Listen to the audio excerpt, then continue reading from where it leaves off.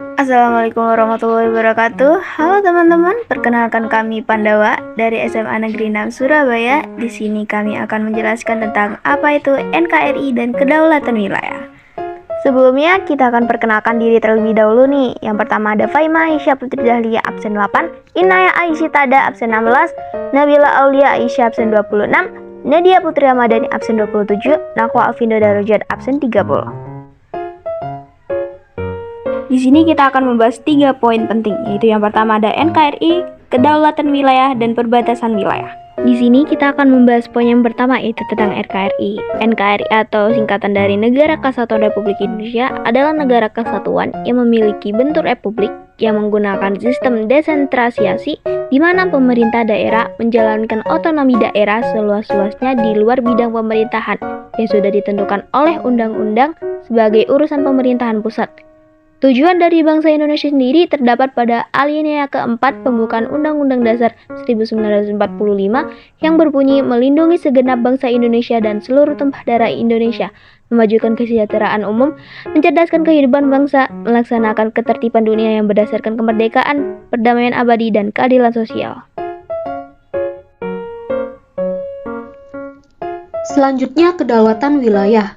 Kedaulatan wilayah adalah kedaulatan yang dimiliki oleh suatu negara dalam melaksanakan yurisdiksi eksklusif di wilayahnya.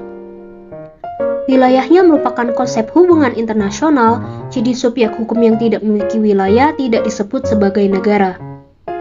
Kewilayahan negara Indonesia tercantum pada Undang-Undang Nomor 43 Tahun 2008. Pasal 1 Angka 1, Wilayah Negara Kesatuan Republik Indonesia yang selanjutnya disebut dengan wilayah negara adalah salah satu unsur negara yang merupakan satu kesatuan wilayah daratan, perairan pedalaman, perairan kepulauan, dan laut teritorial, beserta dasar laut dan tanah di bawahnya, serta ruang udara di atasnya, termasuk seluruh sumber kekayaan yang terkandung di dalamnya. Nah, yang selanjutnya ada pengelolaan sumber daya laut dan perikanan. Nah, ini dibagi menjadi 3 jenis laut. Yang pertama, ada wilayah laut dengan kedaulatan penuh bagi Indonesia. Nah, bagian ini dibagi menjadi 3 juga. Yang pertama, ada perairan pedalaman. Perairan pedalaman adalah bagian dari perairan Nusantara. Untuk yang kedua, ada perairan Nusantara. Nah, ini bagian luar perairan pedalaman. Untuk yang ketiga, ada laut teritorial, berada di luar perairan Nusantara. Dua wilayah laut dengan hak berdaulat atas kekayaan alam yang dikandung serta hal-hal tertentu. Yang pertama ada zona tambahan. Zona tambahan adalah zona di luar laut teritorial. Terdapat laut di mana Indonesia mempunyai kewenangan tertentu. Pada zona ini, Indonesia memiliki hak untuk melaksanakan kewenangan tertentu dalam mengontrol pelanggaran terhadap aturan di bidang bea cukai, pengawasan imigrasi, dan menjamin pelaksanaan hukum di wilayahnya. Yang kedua, zona ekonomi eksklusif. Zona ekonomi eksklusif adalah suatu daerah di luar dan berdampingan dengan laut teritorial. Di sini, Indonesia memiliki hak berdaulat atas eksplorasi dan eksploitasi, konservasi, dan pengelolaan sumber daya alam. Yang ketiga ada landasan kontinen. Landasan kontinen adalah kebencangan kecil dari suatu tempat tertentu yang menurun secara terjal ke dasar laut. Pada tahun 1958, konvensi menetapkan bahwa pemberian hak berdaulat dan wewenang kepada negara pantai untuk menguasai kekayaan alam yang terkandung di permukaan dasar laut dan di dalam tanah di bawahnya. Selanjutnya kita akan membahas tentang perbatasan wilayah. Berikut adalah gambar perbatasan laut Indonesia dengan 10 negara tetangga. Atas wilayah negara Indonesia adalah negara kepulauan di Asia Tenggara yang memiliki 17.504 pulau besar dan kecil. Sekitar 6.000 diantaranya tidak berpenghuni, yang menyebar di sekitar Khatulistiwa, yang memberikan cuaca tropis. Batas-batas wilayah negara Indonesia ini ada batas darat, batas laut, dan batas udara. Yang pertama ada batas darat. Setiap negara berwenang untuk menetapkan batas terluar wilayahnya. Negara Kesatuan Republik Indonesia berbatasan dengan 10 negara tetangga. Di darat, Indonesia berbatasan dengan Malaysia, Papua Nugini, dengan Timor Leste.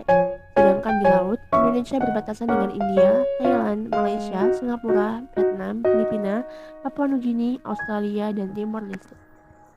Yang kedua, batas laut. Dalam menentukan batas wilayah laut, batas-batas tersebut diatur berdasarkan kesepakatan atau kebijakan. Antara lain adalah yang pertama TZMKU 1939 atau Ordonansi 1939. Menurut Ordonansi 1939 ini, wilayah Indonesia terpecah-pecah dengan kebijakan bahwa laut adalah milik internasional. Yang kedua, Deklarasi Juanda 1959, TZMKU 1939 tidak menjamin kesatuan wilayah Indonesia sebab antara satu pulau dengan pulau yang lain menjadi terpisah-pisah.